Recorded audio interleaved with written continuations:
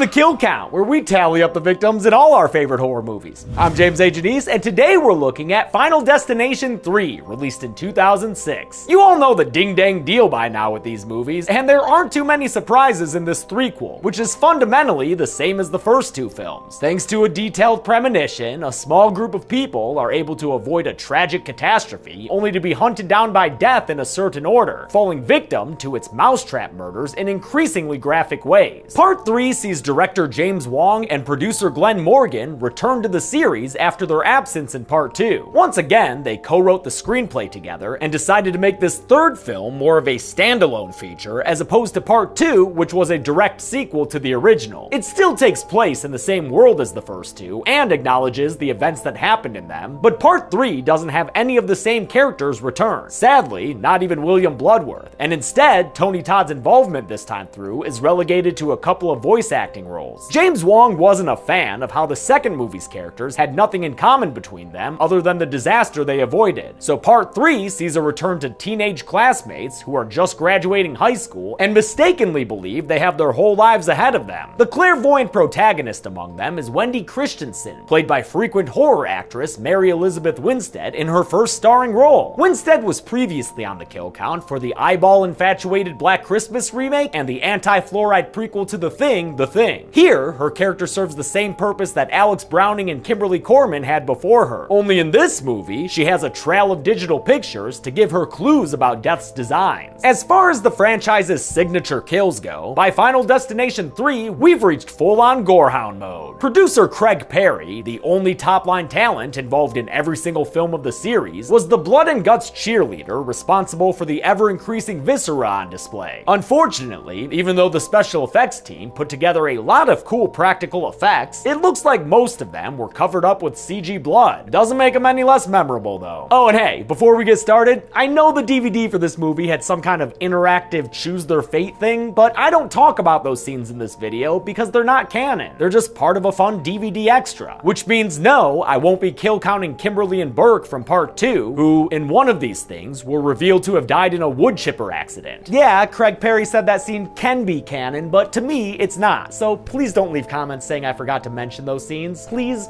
don't leave those comments. How many people in this movie unknowingly queued up for death? Let's find out and get to the kills. The movie begins at an amusement park, where the future looks to include a title card. Do you believe in fortunes? Or do you only believe in more tangible things, like the cold hard steel of this ball that looks like it should be chasing Lara Croft around? That dumb looking ball transitions into an awesome Power Tower type ride that a group of friends are having a blast on. All except for Wendy Christensen, that is, who would rather just take pictures of all that fun for the school yearbook. I get it, Wendy, you're just proud of your high school. And why not? The swim team did have the best high dye after all. Wendy is here for McKinley High School's graduation celebration, with a friend group that consists of the usual crowd for these movies. Generically attractive and paper thin, sometimes veering into full-blown creeper territory. Kevin the Creepshotter there is played by DCOM darling Ryan Merriman, previously on the count as that totally worthless side plot character who spent all of Halloween Resurrection watching a damn live stream. Although Kevin's a sleaze bagano, I will admit he's got some major ups, man. Bet he learned that shit in jig class for Luck of the Irish. Kevin is dating Wendy's friend Carrie, played by Gina Holden, who was both the pregnant waitress who got belly bursted in AVP Requiem, and the completely innocent wife character who was burned alive inside a brazen bull in Saw 3D. Fuck, I hate that movie. Carrie is planning to dump Kevin's ass after graduation, since the dude can't even go 2 minutes without gawking at other ladies like these whale-tailing early-aught hotties, Ashley and Ashlyn. Ashley is played by Shaylin Simmons, who was 7 or 8 years old when she was in the It miniseries as Lori Ann, the little girl whose death was the inciting incident for the rest of that movie. And Ash Lynn is played by Crystal Lowe, who was also in the Black Christmas remake alongside Mary Elizabeth Winstead. Eyeballs! While taking more yearbook pictures, Wendy runs into her stoner-looking little sister, Julie, played by a 20-year-old Amanda Crew, who would go on to star in Silicon Valley. We also meet a few other characters, like athlete Luis Romero, who's a real strong boy, and high school graduate Frankie Cheeks, whose creep star outshines even Kevin somehow. But my favorite character is the devil mascot of the Park Central roller coaster, a big old mammoth of a ride called Devil's Flight. You can run, but you cannot hide. Takes a real cool devil to be voiced by Tony Todd, man. You may never return from Devil's Light. That giant devil is actually a practical mofo made out of 2 tons of styrofoam, and it took them 6 weeks to build him. And according to production designer Mark Freeborn, it's anatomically correct. Whoa, Devilman's got nards! Major props to Mr. Freeborn, not only for the devil dude, but also the gothic-looking queue for Devil's Flight, which they had to build from scratch. As someone who can appreciate a good ride queue, whether it's Haunted Mansion or Mission Breakout, he did a damn good job making one that looks and feels real. Wendy's is scared of Devil's Flight, and it's not because she's a devout Catholic or anything. She's just got a bad feeling, like deja vu of the future, and also, as you'll hear many times in this movie, she's a control freak. You know, I'm such a control freak, like, I couldn't handle that. They say the real fear with these rides comes from the feeling of having no control. Her boyfriend Jason there, a real nothing boy, convinces her to give the ride a chance. But due to some nonsense that only makes sense if you're reverse engineering a screenplay, the couples end up swapping partners before they take their seats on the ride, which means Wendy and Kevin are together in the back, while Jason and Carrie get seats up front. The other characters are strewn about in the back cart, with Frankie Cheeks pulling out his camera to remind us of how gross he is.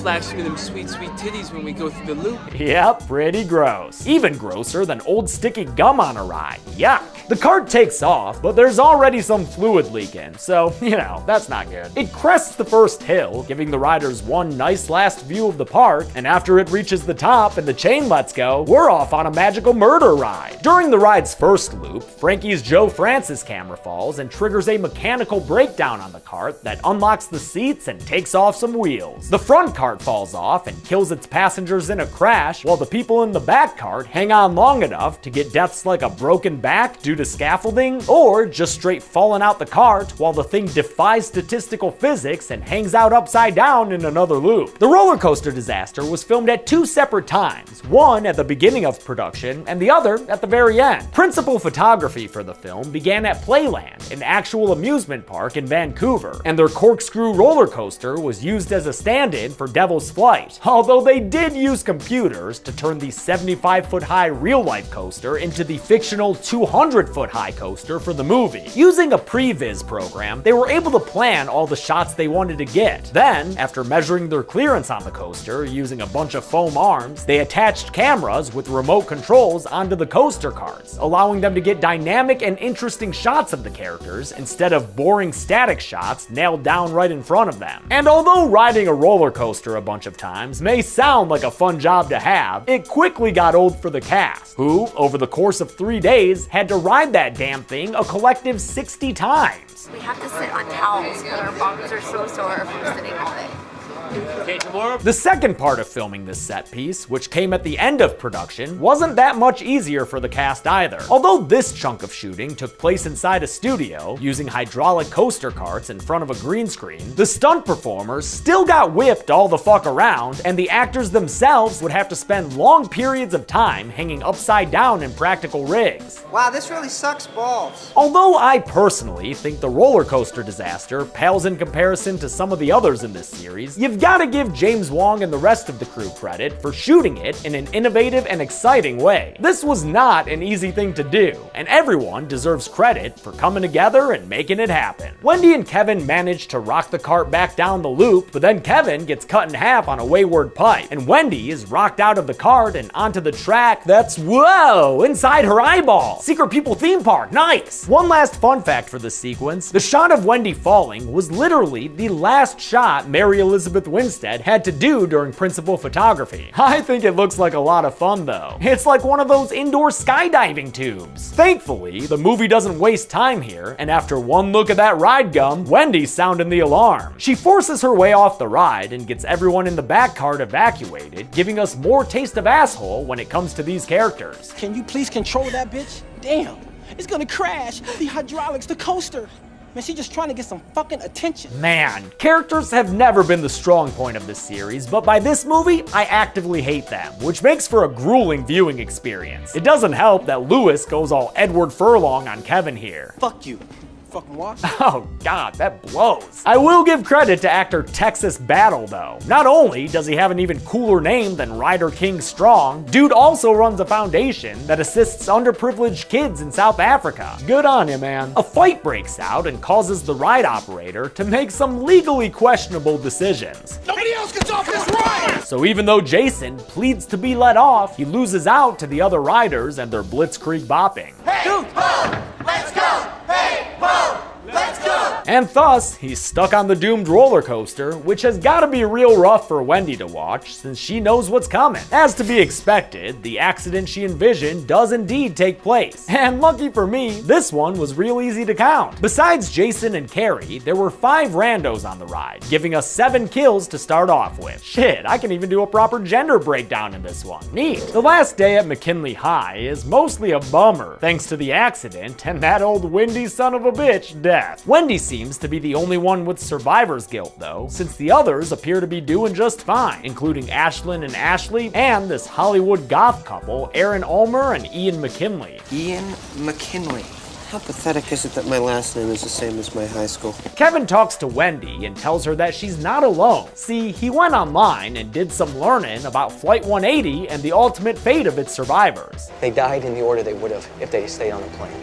Unless someone intervened, and it skipped them. Thanks for the rules, Kevin. See you later. Well, big gulps are a thing that characters would probably not be drinking in a movie today. But here we have the ashes, slurp, slurp, slurping away at the tanning salon, which is also a place that most characters and real people probably wouldn't go today. And that's a great thing, because that's actually how I got this scar on my shoulder. As a high school senior, in 2006 actually, same year this movie came out, I stupidly went tanning for a couple of months. A weird mole popped up, I didn't get it looked at for a year, and when I finally did, the doctors said it might be melanoma, aka skin cancer. I had the mole removed along with a whole bunch of extra skin and a lymph node, and after that, I was clear of any cancer. And now you know the story of my shoulder scar. Ashlyn and Ashley aren't worried about skin cancer though, they just want to look they bronzes. So they get ready to hop inside these tanning beds while delivering dialogue that really makes me hate them. I forgot my iPod.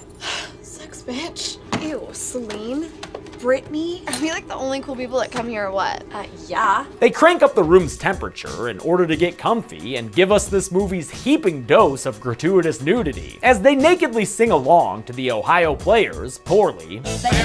Destruction begins a-brewing. But honestly, if they had just listened to the rules, like not bringing their drinks inside the tanning room and not fucking with the salon's equipment, none of this would be happening right now. I feel like this one's on them, not Death. During all this, Wendy's sister Julie has been trying to make her feel better, since she's a guilty mess. I'm usually such a control freak, but I didn't do enough to stop it. To comfort this control freak, Julie gives her a bracelet that's somehow, lucky, I guess. Wendy goes through the pictures she took at the theme park and discovers that they may be providing some clues. Ooh. The supposed clues these pictures offer are all too cryptic and ambiguous for me to get anything out of them, which is pretty much on par for this series that's all about making mountains out of molehills. In any case, the picture clues are much less clear than the focus on both of these sisters, as James Wong plays around with a split diopter shot. Fun! Since Wendy's better than me at looking for clues, she realizes that this picture of the ashes evokes fire, which makes sense, cause those babes about to burn. A powerful gust from the salon's air conditioner knocks some stuff onto the tanning beds and ends up locking the girls inside their glowy tubes. As things heat up, glass begins to crack and skin begins to boil. Ashley and Ashlyn are killed after their tanning beds both catch fire and they're cooked alive inside. This highly acclaimed and oft-mentioned kill was accomplished by having stunt performer Leslie McMichael do a burn stunt using a gel that allowed her to be aflame for up to 25 seconds. Holy crap! That is a long time to be on fire, man. And the kill is capped off with a hilarious match cut to the Ashes' twin caskets at a funeral. This movie has some real fun directing by Wong, so it's a shame that the characters suck as much as they do. Yeah, man, these things really suck, man. What, these characters? I know, that's what I just said. Wendy and Kevin get to talking again, and after she repeats a conversation that the audience has already heard, Your fear is from a sense of having no control. she says that she's been feeling an evil presence around her ever since the accident. It's cold and terrifying. Yeah, that's called wind, Wendy. That is literally just the wind. Pack it up, folks. We figured it out. It's wind. By time the wind dies down, Wendy's become a full-blown conspiracy nut. And holy shit, a 9/11 truther too? See the shadow? Well, what do these pictures have to do with us? Dude, I don't even know, but you need to get the fuck out of there if she starts talking about steel beams. Her crazy train continues as she shows him her photos of ambiguous clues, and the heaviness of the whole thing ends up taking her to the ground. I'm feeling a little woozy. Wait, I'm sorry, what did she say? I'm feeling woozy, yeah. That's what I thought she said! Since they've already figured out that death works in a specific order, they know that Frankie Cheeks should be the next one to die. In order to take a better look at his photo and look for more clues, Wendy tells Kevin to pull the car over. Well, it's nice to see that things haven't made you any less of a control freak. Stop! They pull into a drive-thru and take a look at the Cheeksy picture, but they don't see anything in it other than a stuffed SpongeBob prize that isn't actually in the picture. SpongeBob lives underwater.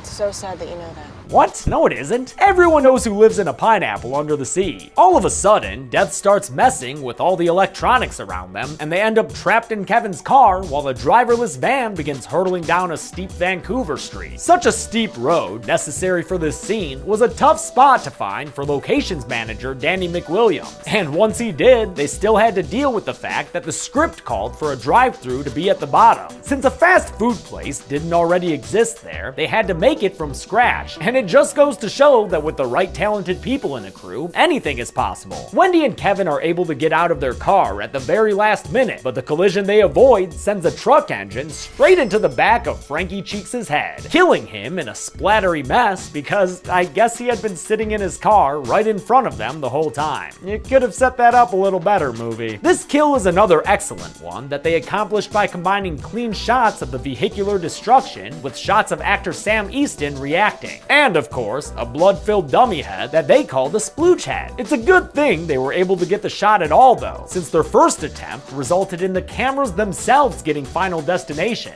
The first thing that I think most of us felt was shock because it's so unusual that anything goes wrong on those things. They've been tested 6 ways to Sunday and hardly ever anything goes wrong.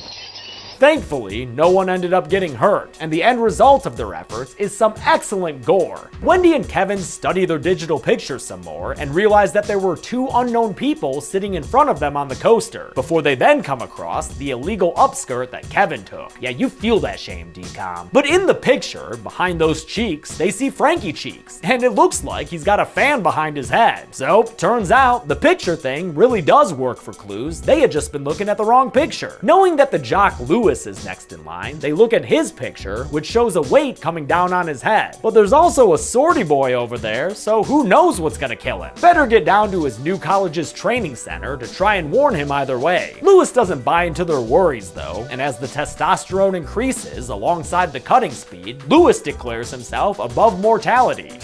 That, of course, leads to his death, after some swords cut a cable and bring a couple of weights down to sandwich his head. Try to control that weight a little better on the next rep, dude. Don't let him slam like that. This kill is probably the best example of practical effects gone to waste. They had another splooge head, this time of actor Texas Battle, and crushed it for reals with some weights. But in the movie, it looks like it's completely covered up by CG blood. It's kinda sad. After another boring crying scene, it's on to the next people on the list. That couple Aaron and Ian, who both work together in a hardware store. Hey Aaron, did you know your boyfriend's got some seriously psychopathic tendencies? That dick just killed the bird. Why do all these meatbags suck so much? Like everyone else, Aaron and Ian shoot down Wendy and Kevin with snark, and they also prove unable to help them identify the mystery couple who sat in front of them on the coaster. Ian surmises that even if their theory were true and Death did have an ordered plan, couldn't the last person on the list save everyone else by jumping the line and killing themselves?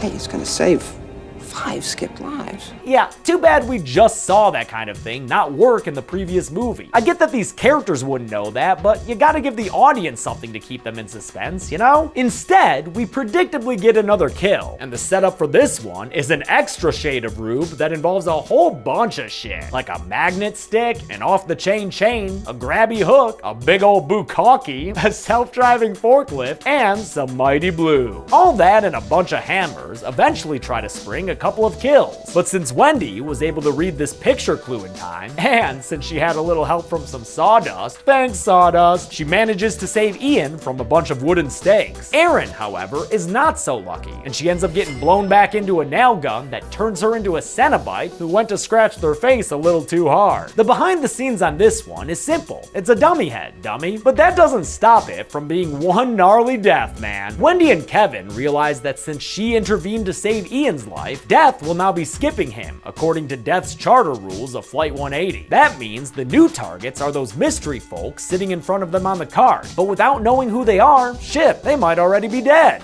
Well, I'm next. And then you. Wendy takes a little desk nap, during which her sister Julie sneaks in to steal back her good luck bracelet. Upon her awakening, why, Wendy happens to see that very same bracelet around the wrist of the mystery person in the picture. Egads, the mystery person's Amanda Crew! Before heading out to warn her sister, Wendy looks at more choose-your-own-clue photographs and settles on the name McKinley as the clue to her death. As for Kevin, his picture's got a flash in his eyes, kinda like, oh my god, like a firework went off in your face. Aw, Jinx, you owe me a soda! Yeah, things about to get lit at the town of McKinley's Tricentennial Celebration Fair, where Kevin is working security. Seems dumb to me that he would still go to work at a time like this, but whatever. I'd go to work too if it meant seeing a Paul Revere reenactment. Hell yeah! History's dope! Wendy also loves history, so she races to get to the fair, avoiding all the random wolves that cross her path. Step on it, Wendy. You don't want to miss the Ben Franklin guy do his kite thing. Now, let us hope for some lightning. Aw, shit, you missed it. Fuck you, Ben Franklin. Whoa, dude, it's not that guy's fault Wendy didn't get there in time. Wendy arrives right as the lights go down for the fireworks show, and as the pops get poppin', she and Kevin try desperately to track down an annoyed and evasive Julie. Wendy sees Julie flip the thumbs out double birds, and it reminds her of Julie's picture clue. But what could that horse mean? It's probably alluding to this poor tied up horse, who's getting harassed by a couple of shitbirds with firecrackers. It flees from them in terror and eventually winds up dragging Julie around by a rope around her neck? What? That chick would be dead for show. Props to Amanda Crew, too. To get this footage, they actually tied a rope around her neck, with a harness attached, of course, and dragged her across the ground. She even emphasized to them not to go easy, so it would look good in the shot. Pretty kick-ass of her. And she was in good hands with stunt coordinator JJ Maccaro, who helped direct this well-trained Liberty horse for the stunt. What a good boy. That horse drags Julie towards a harrowing death, but Kevin intervenes and cuts her free with a sword. Great, death averted. But there was another mystery person in the picture who was sitting next to Julie on the coaster. Now, which one of these two friends was it? Oh, I guess it was that one. Some random chick named Perry. How about we fly that thing at half-mast in her honor? Death moves further down its list onto Kevin and uses a weird-looking horse kick to knock him down so he can be killed by a Nope, never mind. Wendy just intervened and saved him. Wow, that's gotta be a record for the shortest time spent at the top of Death's list. And that means it's Wendy's turn to be a target. And look who's walking up to them, Ian McKinley. McKinley, as in the clue from her picture. Kevin makes a Cartarian suggestion to him. Get the fuck out of here, McKinley! But unlike Alex and Clear, McKinley's not going gentle into that good night. He stalks towards them and blames Wendy for Erin's death, all while the town's entire discretionary budget continues to explode in the sky. After a cocky proclamation that he's never gonna die, McKinley narrowly misses a bunch of fireworks that go off at him, but he's unable to avoid a cherry picker that falls on him and smashes him in half for a fucking brutal kill. McKinley's death was originally not as graphic, and was also pretty much the end of the movie. But when they went back to reshoot a new ending, they also took the opportunity to add some more gore here. So actor Chris Lemche donned a pair of green screen pants to help give his kill just a little more oomph. Mission accomplished. Now, if you're like me, you may be wondering how Ian McKinley wound up back on top of the list again, even though it was supposed to be Wendy's turn now. Best I could learn from the internet is that Wendy was wrong when she assumed Ian was the McKinley clue from her picture. After all, had she not intervened earlier, he wouldn't even be alive to kill her. Instead, the McKinley sign that killed Ian was supposed to kill her, but he inadvertently intervened, moving her out of that spot, and it caused Death to skip her, I guess. I think all of that is confusing and dumb, but so is most of this series. They're just making these movies to kill people, man. Like I mentioned, the movie originally ended right there, but after poor reactions from test test screen audiences, they filmed a new ending 5 months after principal photography had wrapped. It takes place, appropriately, 5 months later, when Wendy is a college student with college friends riding on the subway to meet their college ends. She starts getting the willies, which only willify more after she notices a big old 180 in her reflection through the window. Spooky!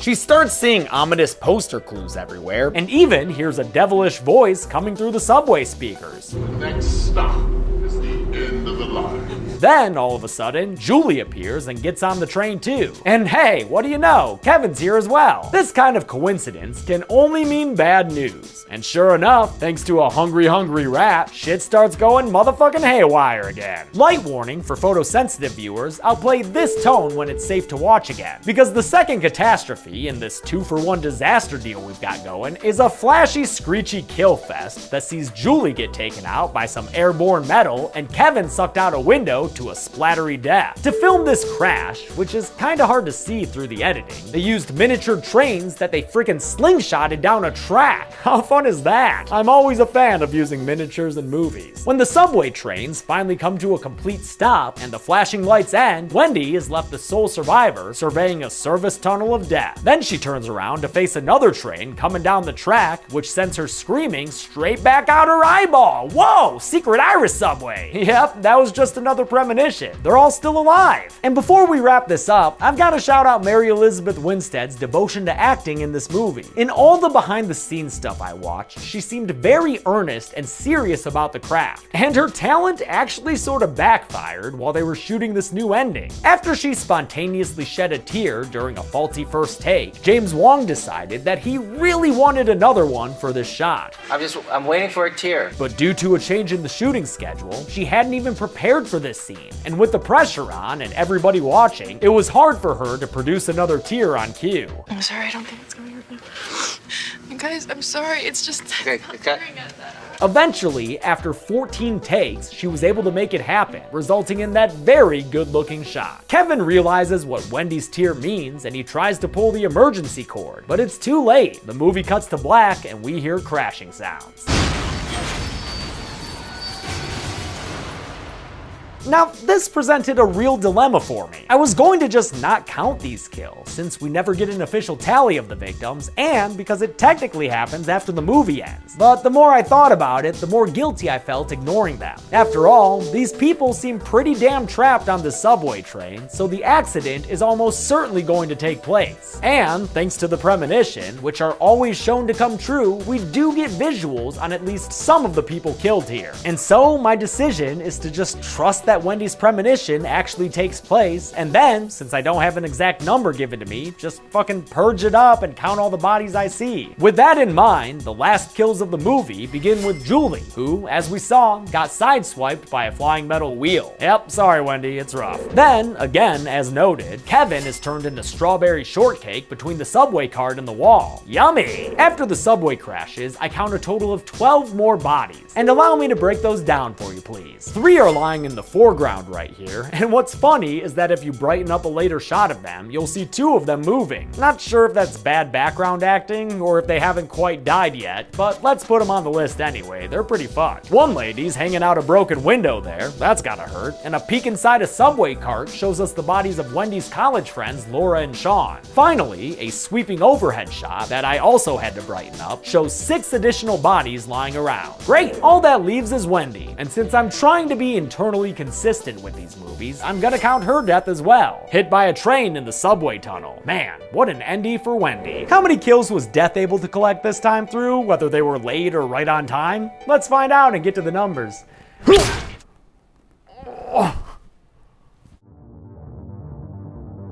29 people died in Final Destination 3, and thanks to gamma correction and frame-by-framing, I was able to discern that the victims included 15 men and 14 women, with both background kills and actual character kills pretty evenly divided. With a runtime of 93 minutes, that left us with a kill on average every 3.21 minutes. Golden Chainsaw for coolest kill was a tough one to give out, but I'm gonna go with Aaron Ulmer's unfortunate adventure with a nail gun. I know lots of people love the tanning bed kills, and those are great too, but the jerky violence of that nail gun going off is a bit more impactful to me. Dull Machete for lamest kill will go to the 7 roller coaster victims who flew off the rails. All the individual deaths in this movie were cool, so I think I've just gotta give this to those rail hopping kids. And for the Final Destination series, I'm giving out the Primo Premonition Award for the coolest death featured only in a vision. Honestly, not many options here, so I'll give it to Kevin, who's cut in half by a metal bar sticking out. And that's it. Final Destination 3 came out in 2006, and although I don't much care for it, it might be the most popular one among fans. That's fine, man, like what you want. Next week's sequel, though, is a movie that everyone collectively hates, so that's gonna be fun to talk about. Until then, I'm James A. Janice. This has been The Kill Count. Thanks a lot for watching this Kill Count. I want to thank some patrons like Gunnar Lawton, Brendan Copeland, Sarah Hughes, Robert Stull, Kyle Elrod, and Joseph Mitchell. Everyone asking how nice the fan is to have. It's not actually on when I'm filming. This is a mask. That means part of another shot was layered in over this shot. Same thing with the roller coaster. I can't have them going while I'm filming. They're too loud. Be good people.